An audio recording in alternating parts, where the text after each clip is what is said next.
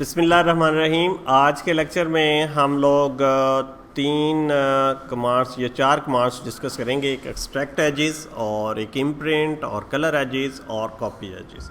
चलें स्टार्ट करते हैं। एक्सट्रैक्ट एजेस में बेसिकली ये जो एजेस होंगे किसी भी 3D ऑब्जेक्ट्स में से उनको एक्सट्रैक्ट करेगी। जैसे यहाँ पे हमारे पास एक ऑब्जेक्ट है और इसको हमने मैश ऑब्जेक्ट बनाया हुआ है, तो मैंने कमांड को एक्टिव किया, उसके बाद मैं इस ऑब्जेक्ट को सिलेक्ट करता हूँ, एंटर करता हूँ। तो अब देखें ये ऑब्जेक्ट जो है इसमें से इसके सारे एजेस जो हैं एक्सट्रैक्ट हो चुके हैं और यहाँ पे आपको नज़र आ रहे होंगे सारे एजेस।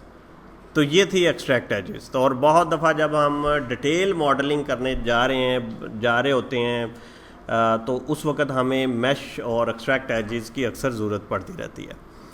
अब उसके साथ हमारे पास है एक इम्प्रिंट की ऑप्शन है। इम्प्रिंट बेसिकली एक ऑब्जेक्ट को दूसरे ऑब्जेक्ट के ऊपर प्रिंट करना। अब जैसे हमारे पास ये ऑब्जेक्ट है और इसके ऊपर हमने एक पॉलीगॉन लगाई हुई है, ऑक्टागॉन जो है, तो इसको हम इसके ऊपर प्रिंट करेंगे। अभी ये दोनों अलहदा ऑब्जेक्ट है, यानी ये अलहदा पड़ा हुआ है, वो अलहदा पड़ा हुआ है, तो हम चाह रहे हैं ये इसके ऊपर प्रिंट हो जाए। तो उसके लिए फिर हमें क्या करना पड़ेगा, जो इम्प्रिंट की कमांड यूज़ करनी। इम्प्रिंट सबसे पहले वो कह रहा है सिलेक्ट अ 3D सॉलिड और सरफेस, जिस पे प्रिंट करना है वो सॉलिड सेलेक्ट कर लो। हमने सेलेक्ट कर ली, फिर एंटर, फिर उसके बाद ये क्या कमांड से बाहर आ गया। तो सबसे पहले इम्प्रिंट कमांड हमने सेलेक्ट की, उसके बाद हम ऑब्जेक्ट सेलेक्ट करते हैं, फिर उसके बाद एंटर नहीं करना बल्कि आपने वो ऑब्जेक्ट सेलेक्ट करना है जिसको आपने इसके ऊपर इम्प्रिंट करना है। तो हमने ये ऑब्जेक्ट सेलेक्ट कर लिया। अब वो पूछ रहा है कि जो सोर्स ऑब्जेक्ट है उसको डिलीट करना है या नहीं करना। यानी सोर्स यानी वो जो ऑक्टागॉन लगी हुई थी, पहले जो लाइन लगी हुई थी, हम कहते हैं नहीं उसको भी डिलीट नहीं करना, उसको भी पड़ा रहने। तो हम एंटर करेंगे। कमांड अब अप्लाई हो चुकी है। आप इसको स्केप करके यहाँ पे देखें, ये देखें इसके ऊपर भी प्रिंट हो गया और ये भी हमारे पास पड़ी हुई है।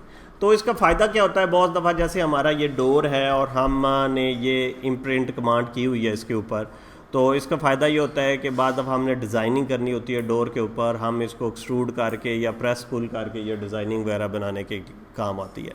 जैसे यहाँ पे अगर हम इसको प्रेस पुल करते हैं तो ये इस तरफ करेंगे तो ये ऐसे सुराख निकल आएंगे, और इस किस्म की डिज़ाइनिंग वगैरह करने के लिए हमें इम्प्रिंट की अक्सर ज़रूरत पड़ती रहती है।